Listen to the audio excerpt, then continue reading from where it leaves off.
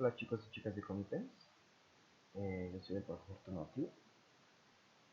Les voy a impartir la materia de geografía y para ello diseñé esta pequeña presentación en la cual vamos a ir desarrollando los conceptos generales de la geografía para ir detallando los reactivos de su cuadernillo, ¿de acuerdo? Espero hacerlo lo más claro y preciso posible, ya que es necesario que ustedes comiencen a estudiar eh, de manera pronta para que puedan llegar óptimos al examen de admisión, ¿de acuerdo? Bien, para poder empezar, pues es necesario entender el concepto general de geografía, ¿sí? Saber qué demonios es la geografía y para qué nos sirve, ¿de acuerdo? Muy bien. La geografía, desde su punto de vista etimológico, se le conoce como la descripción de la Tierra, ¿de acuerdo?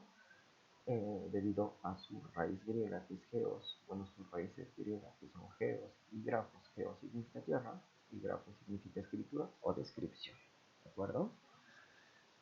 Ya de manera más puntual, la geografía se dedica a estudiar las interrelaciones que existen entre los factores físicos, bióticos y humanos, de acuerdo con sus diferentes categorías, entendiendo que los factores físicos son el suelo, el agua y el aire.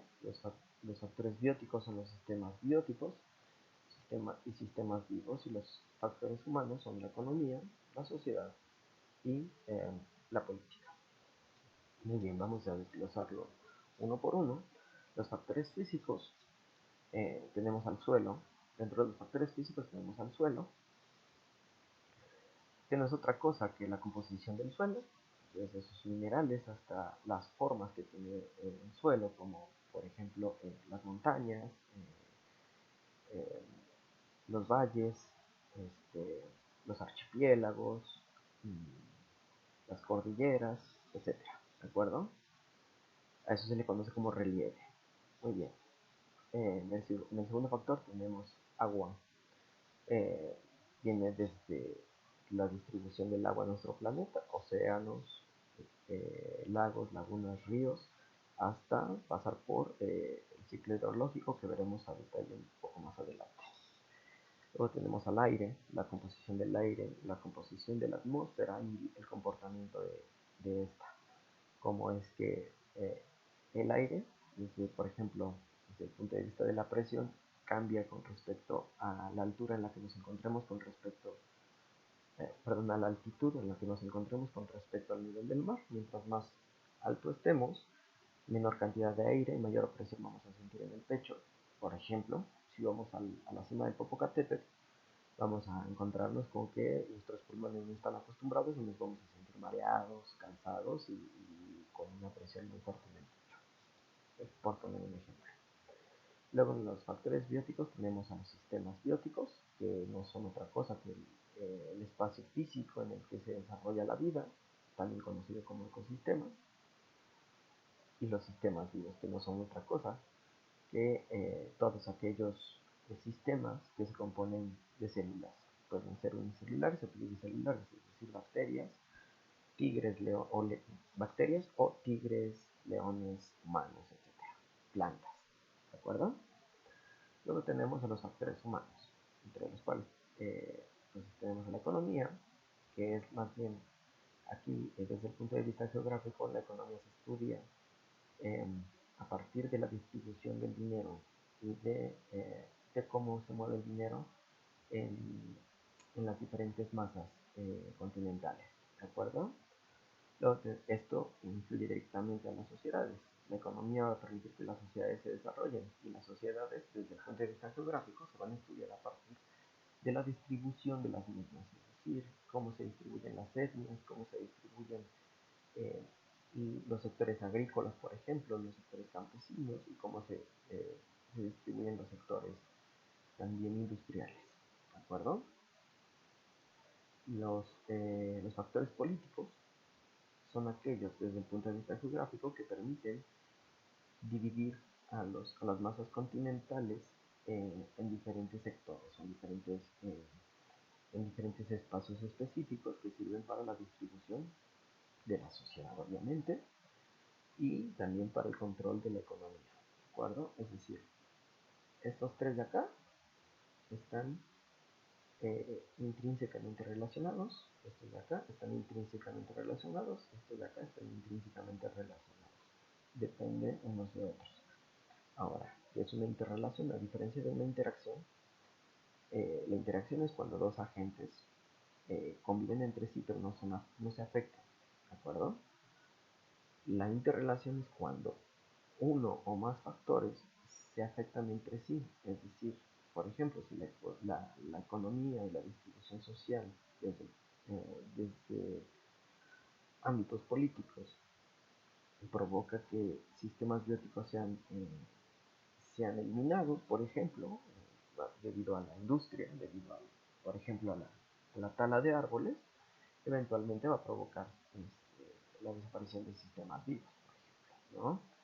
También la explotación del suelo, a partir de, por ejemplo, yacimientos petroleros, va a provocar que también perezcan sistemas vivos. Igualmente, en el caso, por ejemplo, del océano, en los yacimientos petroleros también, cuando se contaminan los océanos, pues muchos sistemas bióticos van a ser afectados y a su vez los sistemas vivos. Y esto también eventualmente va a afectar a la economía y a la sociedad.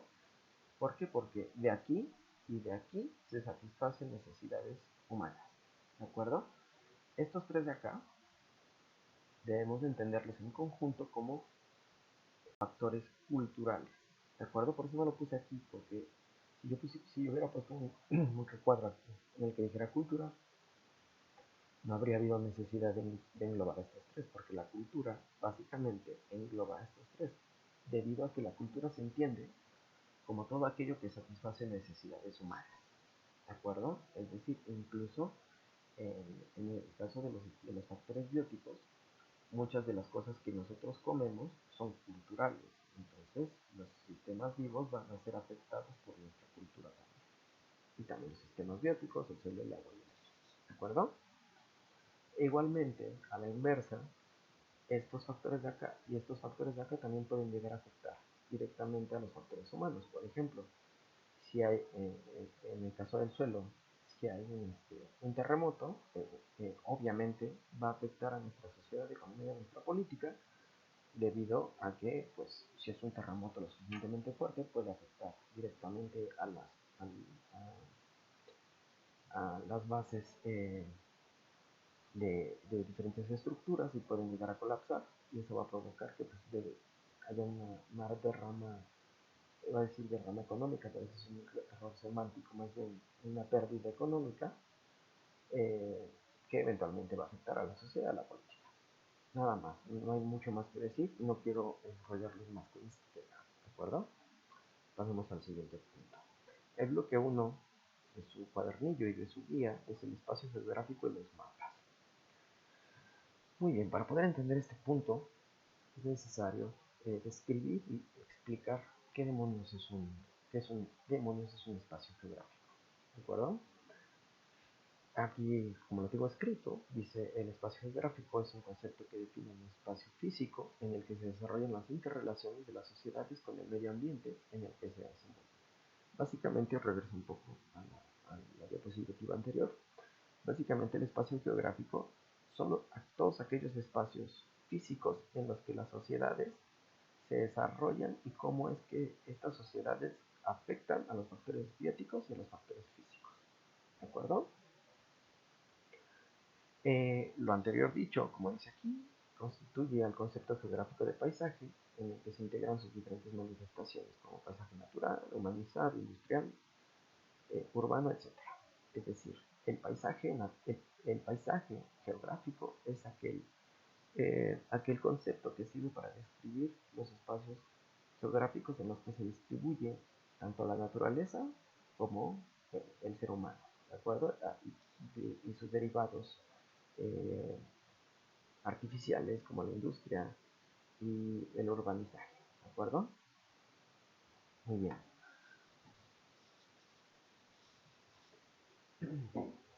Pasando al siguiente punto, más bien pasando ya directamente a la primera pregunta de su cuadernillo, dice, el componente económico del espacio geográfico explota los recursos naturales. Muy bien. La respuesta correcta es la A, que es la industria, ¿de acuerdo? Esto se responde debido a la necesidad de los sectores tanto industriales como económicos, políticos, etcétera, de explotar su medio ambiente para satisfacer los satisfacer las necesidades primarias, secundarias y terciarias del ser humano. Ya hablaremos con detenimiento o con mayor detalle más adelante sobre estos tres tipos de necesidades, ¿de acuerdo? Entonces, para que quede claro, la pregunta número uno se responde con la respuesta A, que es la industria, debido a que la industria es un sector económico que sirve para satisfacer necesidades humanas a partir de la explotación de los recursos naturales que existen alrededor de una gran urbe o incluso de comunidades pequeñas, ¿de acuerdo? Porque incluso las comunidades pequeñas explotan a la naturaleza, como en el caso del campo, etcétera. En este caso, vamos a poner que es la industria. Espero no ir tan rápido, de todas maneras, pues, seguidos se pueden regresar, ¿no? Muy bien. Pregunta número 2. Las representaciones cartográficas del espacio geográfico pueden variar de acuerdo con el nivel de detalle e información que incluyen. ¿Cuál de las opciones menciona las características de un croquis? Bien, la vamos a contestar y en las siguientes diapositivas vamos a explicar un poquito de manera general sobre qué demonios son los mapas, ¿no? Muy bien, la respuesta correcta es la B, que es una representación sencilla de un espacio geográfico pequeño que señala las ubicaciones aproximadas y las rutas para acceder a un lugar determinado. Aquí yo adjunté un mapa para poder introducirnos directamente en el tema de la cartografía, ¿de acuerdo? De hecho, este mapa es un mapa cartográfico, obviamente es un mapa bastante antiguo, viene del siglo XIV, este, que sirve para representar lo que es la cartografía en su inicio histórico, ¿de acuerdo? Bueno, en sus primeros trazos, eh, como que se parecen más a lo que conocemos como un mapa. Hay muchísimos más mapas que vienen de muchos siglos atrás, ¿de acuerdo? Muy bien.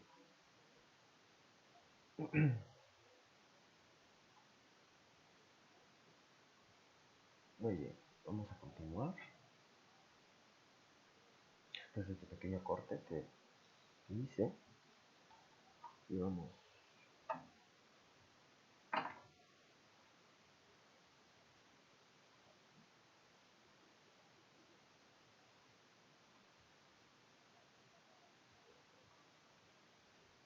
Okay. Continuamos después de este pequeño corte que hice. Vamos a cargar la pantalla. Muy bien, los tipos de mapas. Para empezar, pues debemos entender que los mapas se definen como la representación gráfica de un espacio específico en general, obviamente dentro de la Tierra. Y pues en las siguientes diapositivas vamos a ver los tipos de mapas que existen, ¿de acuerdo? Muy bien. Tenemos tres tipos de proyección, ¿de acuerdo? Tenemos la proyección cónica, la proyección cilíndrica y la proyección azimutal. La primera busca representar un fragmento de la superficie terrestre, ¿de acuerdo? Bueno, un fragmento o un espacio específico de la superficie terrestre, y como lo dice su nombre, es una proyección cónica, pues porque básicamente es un cono plegado en dos dimensiones, ¿de acuerdo? Aquí lo podemos ver de manera gráfica. Luego tenemos la proyección cilíndrica, en la cual, pues básicamente, como lo dice aquí, esta proyección contiene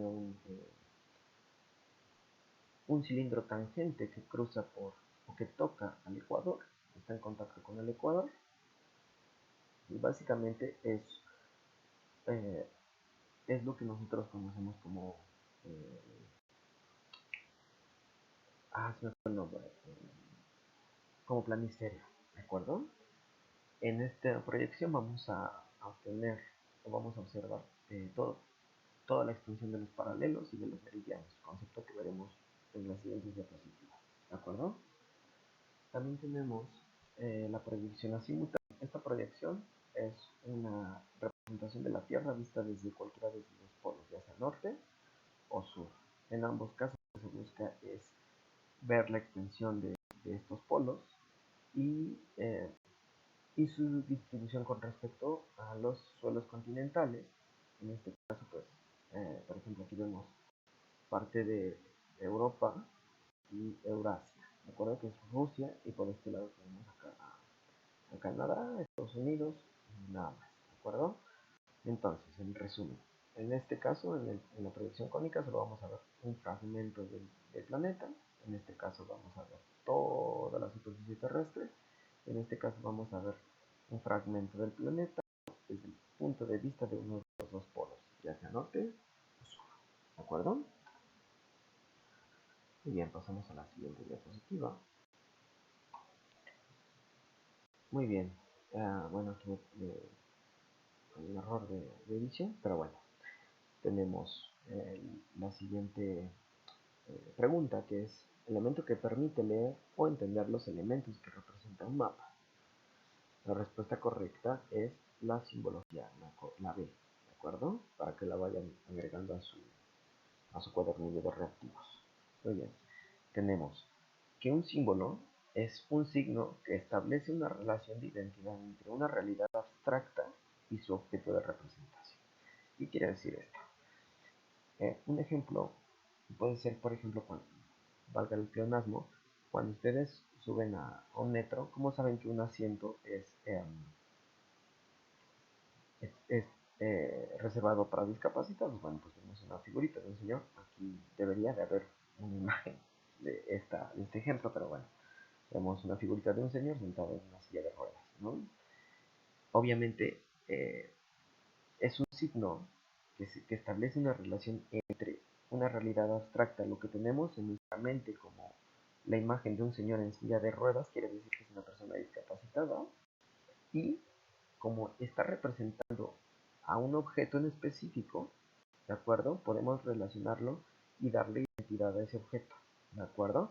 En el caso de la cartografía, de los mapas, suelen tener simbolitos. Supongo que han visto estos simbolitos de, creo que aquí tengo una imagen. Por ejemplo, en este mapa observamos que tenemos a las líneas del metro, ¿no?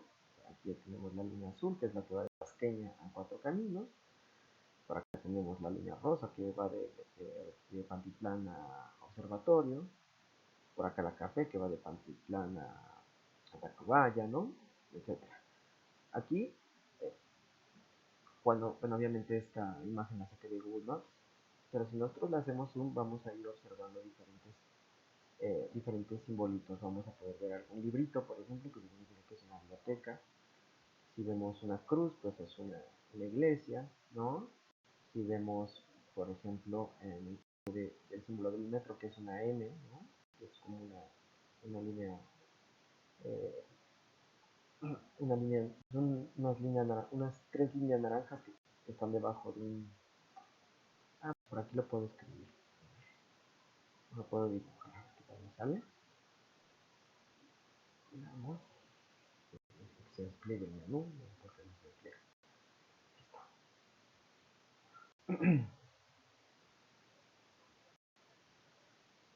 Bueno, no fue. El chiste es que... pues creo que ya. No. Bueno, ustedes conocen el símbolo del metro. Eso nos va a dar la pauta para saber que ahí hay una estación del metro, por ejemplo, ¿no? Muy bien. Seguimos con... no, estamos en esta diapositiva. La pregunta número 4 dice: representación de la Tierra que cuenta con escala, tipo de proyección y simbología. Obviamente es un mapa, digamos, ya hablando al respecto.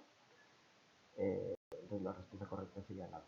Aquí debemos de recordar que los mapas representan un espacio específico, un espacio físico del planeta, visto a una escala, que sirven para ubicar algún elemento geográfico. Estos elementos pueden ser fenómenos geográficos, pueden ser hechos geográficos como un terremoto, por ejemplo, o un relieve, etcétera.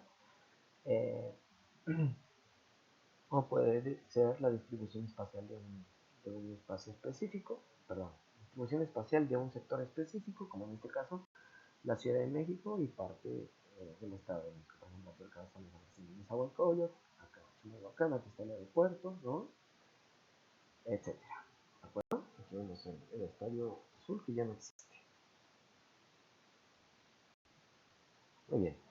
La pregunta número 5. Dice, los mapas, croquis o planos nos permiten localizar un lugar, una situación, un fenómeno o un hecho geográfico. ¿Cuáles son los elementos fundamentales del mapa que nos permiten representar una imagen?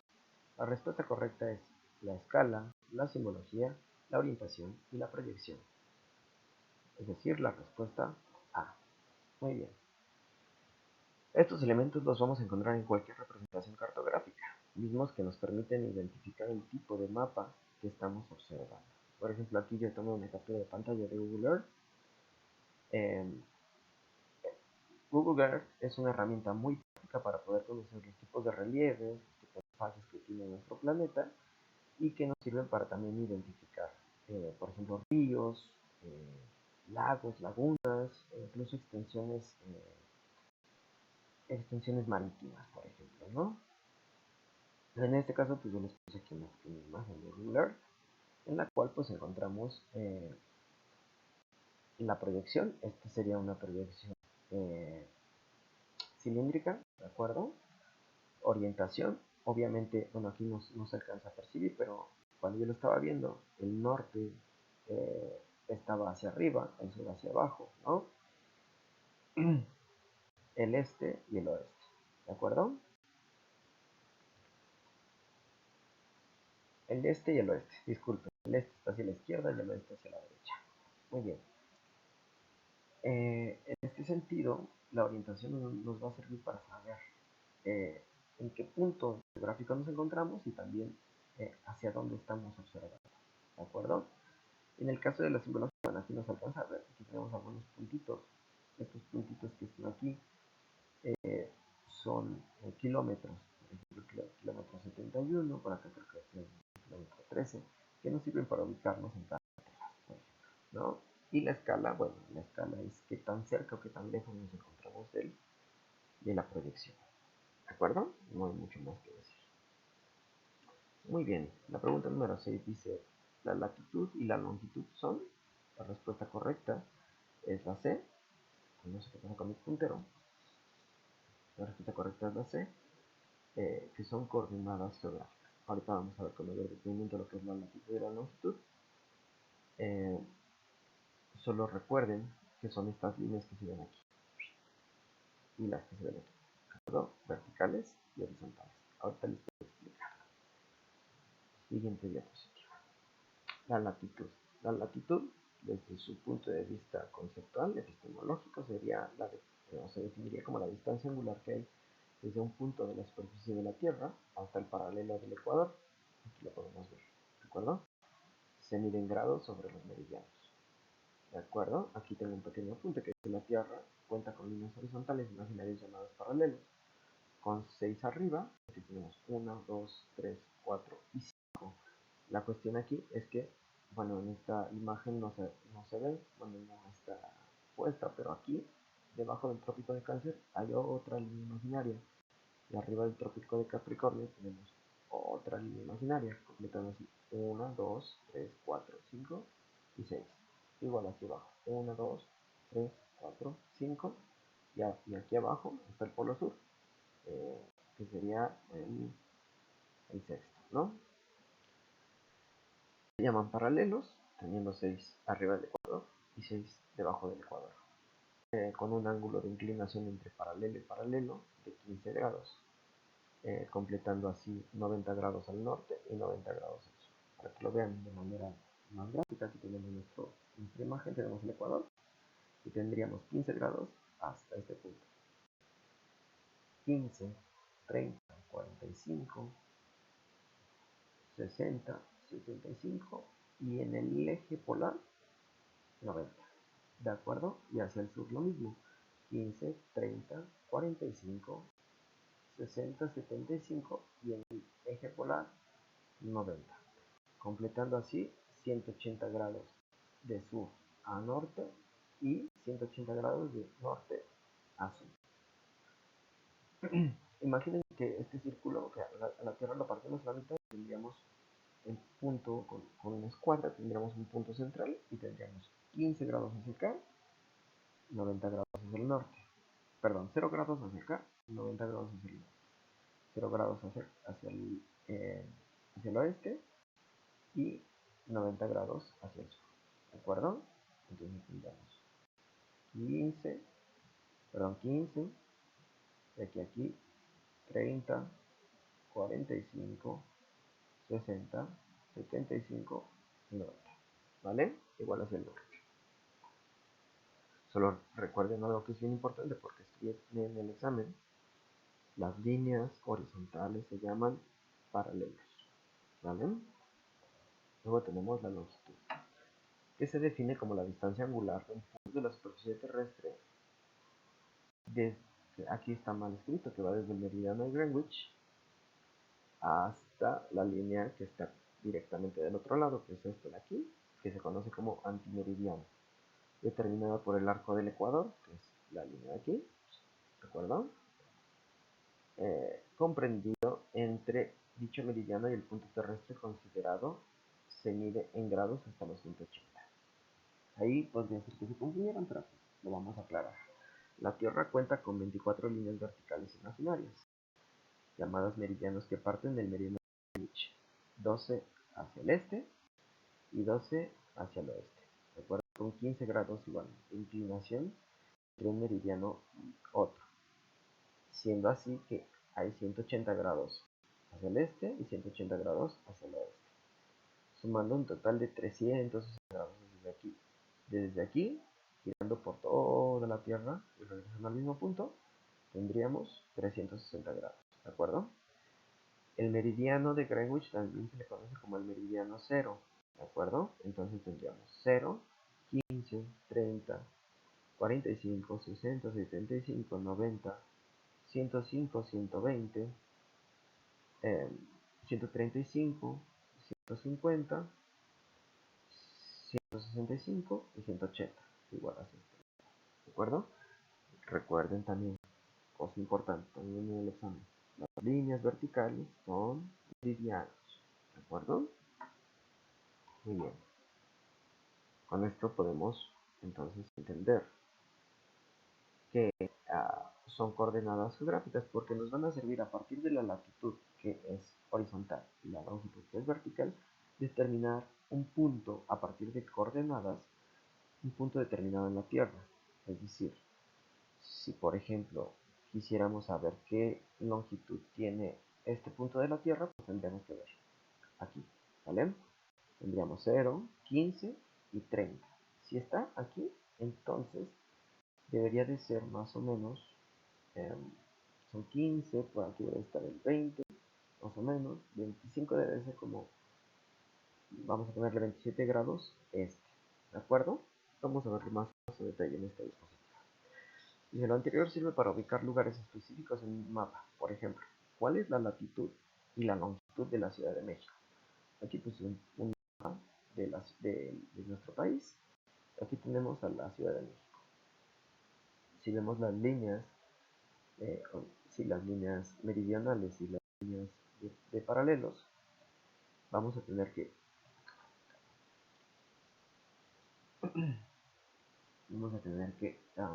la Ciudad de México se encuentra en este punto y tenemos que aquí está esta línea que representa 100 grados oeste, ¿de acuerdo? Es decir, que está a la izquierda del meridiano de Greenwich. Por lo tanto, tendríamos más o menos que la Ciudad de México está en el punto 98, más o menos, 98, 99 grados oeste. Esa sería la longitud. Y la latitud sería, tenemos aquí esta línea, 20 grados norte. Quiere decir que estamos arriba del Ecuador, por lo tanto, la Ciudad de México se encontraría en un aproximado de 19 grados norte. Por lo tanto, latitud 19 grados norte, longitud 98 grados oeste. ¿De acuerdo? Sería las coordenadas geográficas de la Ciudad de México. Podríamos hacerlo con Chihuahua, Ciudad Obregón, por ejemplo. Otro ejemplo, vamos a poner aquí, Mérida. Mérida se encuentra arriba de este paralelo, que son 20 grados norte, 20, vamos a ponerle 22 grados norte y 89 grados oeste, ¿de acuerdo? Porque aquí, si se fijan, la numeración va creciendo hacia la izquierda. Por lo tanto, mientras más a la derecha se encuentra un punto, su unidad va a ser menor, ¿de acuerdo? Espero que no haya dudas al respecto. Muy bien, la pregunta número 7 dice: relaciona las superficies con el tipo de proyección cartográfica que utiliza para su representación a escala, es decir, una relación entre el tamaño real de un territorio y cómo se representa en un mapa. Muy bien, esto ya lo vimos hace ratito. Tenemos una tablita en el cuadernillo que dice superficie por proyección cartográfica. Tenemos algunos países y continentes, regiones polares, superficie terrestre completa, cilíndrica, azimutal y cónica. Ustedes pueden regresar el video y ver la diapositiva anterior, ¿de acuerdo? La respuesta correcta es la D. Es algunos países y continentes, es una representación cónica. Las regiones polares es una representación azimutal y la superficie terrestre completa es la proyección cilíndrica. ¿De acuerdo? Muy bien. Hasta aquí vamos a ver el bloque 1. En el siguiente video vamos a ver el bloque 2 y vamos a seguir detallando los puntos del cuadernillo. Si van teniendo alguna duda, sin problemas pueden regresar el video. Y de todas formas, cualquier duda que tengan pueden escribirle directamente a la coordinadora Mariana, y ella me hará llegar sus preguntas y yo con gusto se las respondo. ¿De acuerdo? Pues muy buenos días, tardes, noches. Espero que estén teniendo una feliz cuarentena y nos vemos en el siguiente video. Hasta luego.